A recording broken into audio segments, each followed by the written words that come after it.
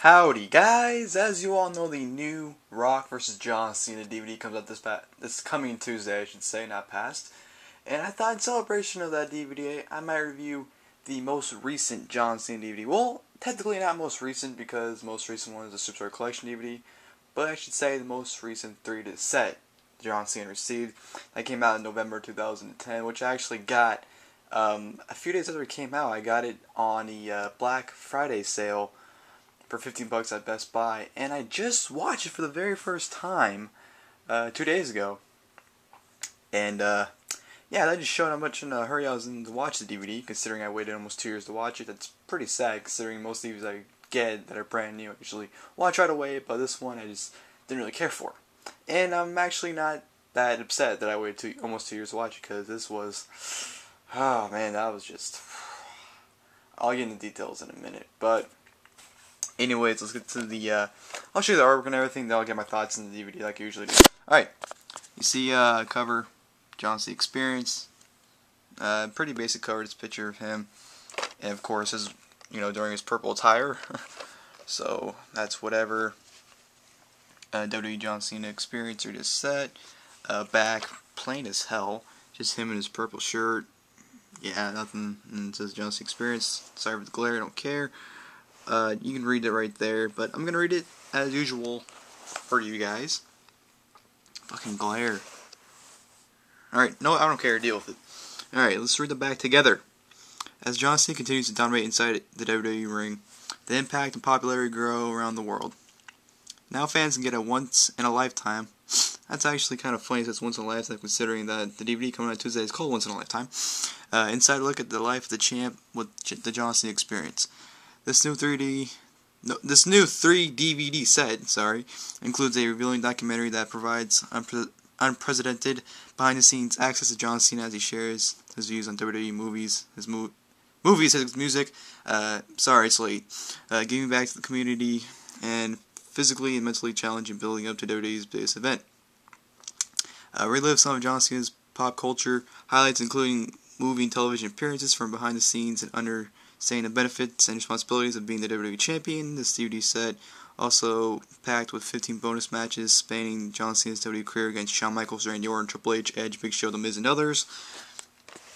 Open up, not the greatest artwork. You just have John Cena holding the WWE title at WrestleMania 26. It was actually a pretty good picture. Him giving the Big Show. Open up, you got a thing, John Cena, the Tribute to Troops. Him yelling to the mic, and him putting Edge in the STF, and these two discs right here, disc 1 and 2 has his little hand thingy behind them, and this one has absolutely nothing. So, yeah, you got Hustle, Loyalty, Respect. Here you got a picture on the flab, and infamous insert from WWEDVDnews.com, cheap plug for them. Go print yourself an insert, comes in handy, because I don't know why they put these in there if they're not going to put an insert in there, but whatever. Cena improved, and yeah, that's it for the DVD. Now for the thoughts. This insert will come in handy during this.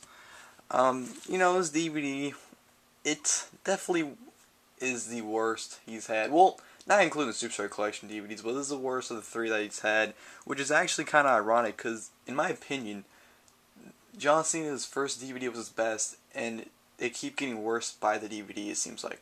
Word Life is definitely his best in my opinion. It was totally kayfabe, and he wasn't even a big star at the time. That DVD came out like, what, 04? 03? So he was just barely into his career, and that was his best DVD. That's pretty sad to say. And the next DVD, My Life, for those of you who do not know, when I watch documentaries, one of the things that I love to see most is seeing the wrestlers talk about their experiences, their perspective, just hearing their stories. And in John Cena My Life, he wasn't even involved in the DVD. He didn't speak once. All he had was his friends and family talk basically for him, which is a big no-no for me. I mean, I don't mind him in it, but considering that Cena wasn't even nowhere near that documentary, that pisses me off. And this was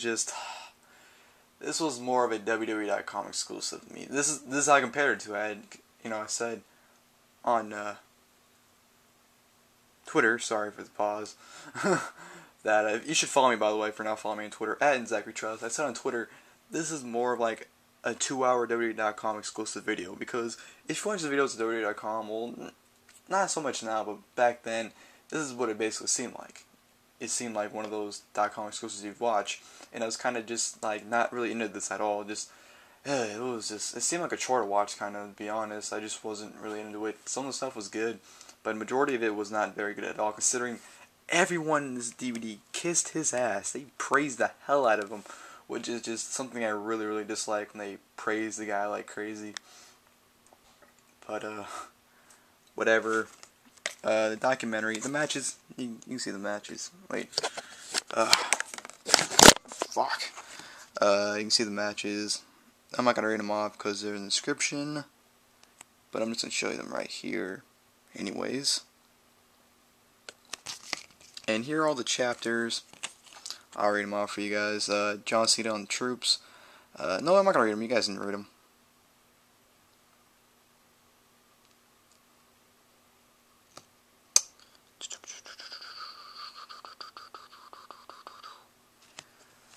Alright, now those are the chapters. Now in this documentary, it was everything that went on, you know, like example, Tribute to Troops, everything seemed like 10-minute clips. They were just either 10 minutes, above 10 minutes, or just under 10 minutes.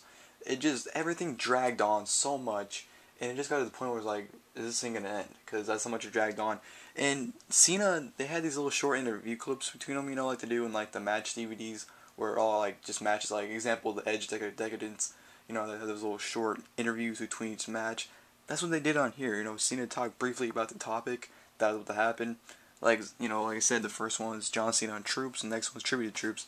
Just had John talk a little bit about the troops and how much he respects them, and then it goes to the Tribute to Troops chapter where it showed them going to, right after Monday Night Raw, I forgot which Raw it was, but it was in December. They went to Germany to the facility where they aid the injured soldiers. And then the next day they went to Iraq, you know, hung out with the troops, hung out for a few days in Iraq, and they did the show Tribute to Troops. And Cena's, you know, just talking about how much his honor is always be there. And then, you know, Psyched Up, just him being on the show Psyched, which I actually love that show, by the way, so it was actually kind of cool seeing him on there. And they basically they blew him, basically. They kept saying how he's a great guy, he's funny, he's hilarious, he's kind, blah, blah, blah, blah. Basically just any good thing to say or think of about him. So that was like, whatever. Cena on sports, well, that's, yeah. This is ESPN, showed him going to the ESPN zone, which is actually kind of cool. And there's one thing I love about that chapter was when he was eating breakfast there.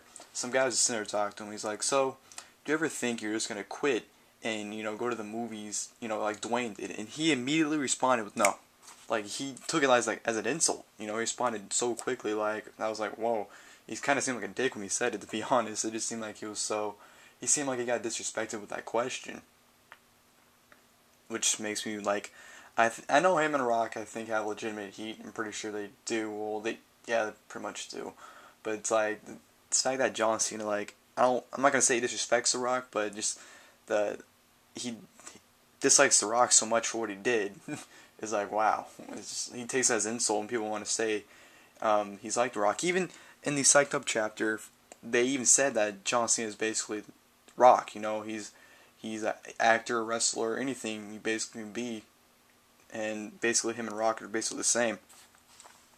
After the ESPN thing, which is actually like a cool, you know, he went to like whole different areas. That was actually pretty cool seeing that. Next was the Fiesta Bowl parade, which was insane. It dragged on, like you'd think they showed the whole thing for him. It was him on the car, you know, driving down like a parade, and everyone was just so excited for him. They legitimately started chasing the car. And they were just like, they wanted to see him that much. They were willing to run with the car throughout the entire parade, just to, you know, shake his hand or get an autograph from him. It was actually pretty cool seeing that, to be honest. And they were saying how Cena was like one of the biggest success they've had there. Fiesta Bowl Invitational, that's basically where, fuck, I actually don't remember. I think that was the when they went into the like dinner thing, you know, dinner thing basically. Fiesta Bowl pregame, honestly don't remember that at all. That's legitimately bringing up a blank in my head. But the Fiesta Bowl game, was where he flipped the coin, and yeah, just sat there, watched the game and everything, blah blah blah, whatever. Um, Legendary performance. It basically showed the entire thing of him filming the bar scene in that movie, which I didn't see. I haven't seen the movie yet, so I can't tell you what or where it's at in the movie. We're even talking about the scene, but that was pretty interesting to see how they film stuff. It kind of gave you like an inside look inside movies, which is pretty cool to see. Next, John Cena doing the Mattel thing where they scan his face, and you had to sit still doing a pose, not a pose, but like a facial expression for I don't know how long until they take you to scan something, and it looks like it's pretty hard to do because you can't even move. You had to sit there completely still, doing the same face until they're done, and it seems like it takes forever. Cena being a WWE spokesman. It's going to be a late night. That's where he went to Jimmy Fallon, or Fallon, whatever you want to call him. I remember actually watching that when he had the whole, I almost said crowd. Well, it is a crowd going the WrestleMania thing, like they said it all intensely. I remember watching it. That was a pretty good one. John Cena, Hustle, Loyalty, Respect. That was when he recorded the song Hustle, Loyalty, Respect, which is actually a pretty good song. I actually like it. It has been, I don't think it's been fully released yet, but from the samples I've heard, it's actually a pretty good song. But it was interesting to see how they recorded it. John Cena basically made that song on the spot. Like, he was in the room writing the song off the top of his head, freestyling. And he said that he wanted it to be like one of those like dramatic, not like dramatic, but like heartfelt songs. But the producer, Bumpy Knuckles, made the beat like so good that Cena like had no choice but to use that beat because he liked it so much. And it took him about 3 hours to do the entire song, which is actually pretty impressive. I don't know how long it takes to make songs, so I don't know if that's good or anything, but that's impressive to me. Cena WrestleMania Rival, which is crazy because he gets there. They make him, those little autographs that we sign at the live shows? They make him sign 3,000 of those. He says every show he signs about, I think it was 400 to 1,000, or maybe 300 to 1,000. Either way, it's a pretty high number to sign. He had signed 3,000 of those, and it took him an hour and 15 minutes to sign every single one of those. Like, just imagine an hour and 15 minutes of your time just signing something over and over again. That's insane. WrestleMania Golf Tournament, the tournament, that was actually pretty entertaining to watch. It's because Cena actually cusses a lot in that. They obviously censor it out, but it's kind of just the thought that, this guy cusses. And he's one of those guys you'd think that would like never cuss, but it's kind of funny seeing him cuss. I don't know why, but it is. The Mania before Mania. Just him working out, I think it was. Yeah, it's just him working out because his schedule was so busy that time. He didn't have enough. He couldn't find any time to do it, so he just worked out. And the workouts those are pretty damn good workouts. That made me want to work out watching that. Make-A-Wish Pizza Party. That's pretty much self-explanatory. He goes Make-A-Wish Foundation for the pizza party and gives awards and takes pictures and everything. So it's whatever. WrestleMania rehearsal, I should say. Basically where he practices his entrance. It was actually pretty cool because see the entire stadium empty and just seeing like the entrance, him doing the entrance with no one there, and it's just the music playing and everything. It was a pretty good sight to see. It was actually really good. I like that part. WrestleMania, of course, when he won the WWE title, just him saying the whole experience. WrestleMania is like the one thing he looks forward to, and everything's like a huge payoff there, and just basically you make yourself there at WrestleMania. The Barrett Jackson car show. Actually, those cars are badass in that chapter. I really like that. But I'm not going to go into depth of that. Start Your Engines, where he went to the, some kind of race. I don't know. I'm not a huge NASCAR fan whatsoever, so I have no clue what it was. And he basically just raised the flag, and that's about it. Cup with the Cause. I remember that whole thing, and looking at that now makes me wish I kind of got that coffee cup, because it looked pretty badass in here. The coffee cup is seen that around SummerSlam time, when they had the 7-Eleven cups. They had the coffee cup for John Cena, which I kind of wish I got now looking back at it, like I said. But basically, He had 2 kids from the Make-A-Wish Foundation. I think it was some kind of foundation. Pretty sure Make-A-Wish. And they basically took him on like a shopping spree in 7-Eleven. I'm just thinking to myself, what the hell can you buy at 7-Eleven besides food and Slurpees and drinks? So I'm like, that's a great gift for the kids, I guess. But the kids actually went to the pay-per-view that night too, which was Money in the Bank. Great show, by the way, 2010. Had to go to that show as well.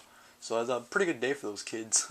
And before the show started, like, they were backstage in area where like an office was at. You know, just giving the kids toys and everything. You know, basically bringing smiles to their face. So it was a pretty heartwarming feel that chapter had to it. I'm not gonna lie. And then the last thing was Raw and Cut.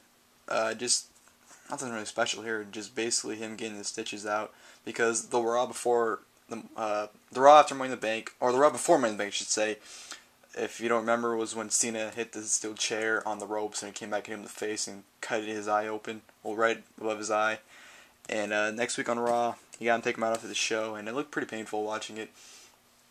And that's basically how it ends. You know, he says, "Well, I'll see you guys on the next DVD," and basically how it ended. So the Cena experience, honestly wouldn't recommend it unless you're a huge Cena fan or if you're a DVD collector. But like I said, it's not horrible, but it just seemed like a 2-hour WWE.com exclusive. So that's why I'm not really high on this. But it was good for what it's worth, I guess. Not spectacular. But pretty much it for the review. Rock Cena DVD Tuesday. Gonna get that review for you guys. Looking forward to that very much. And that's basically it for the video. I did not expect this to go 17 minutes. I honestly thought this review would go to at least 10 minutes. Because I honestly wasn't going in depth between anything, but I did. And I hate myself for that now. And if you're sticking through 17 minutes, thank you. And if you're not, thank you for the view. And I'm out, guys. Thank you for watching. If I can turn the camera.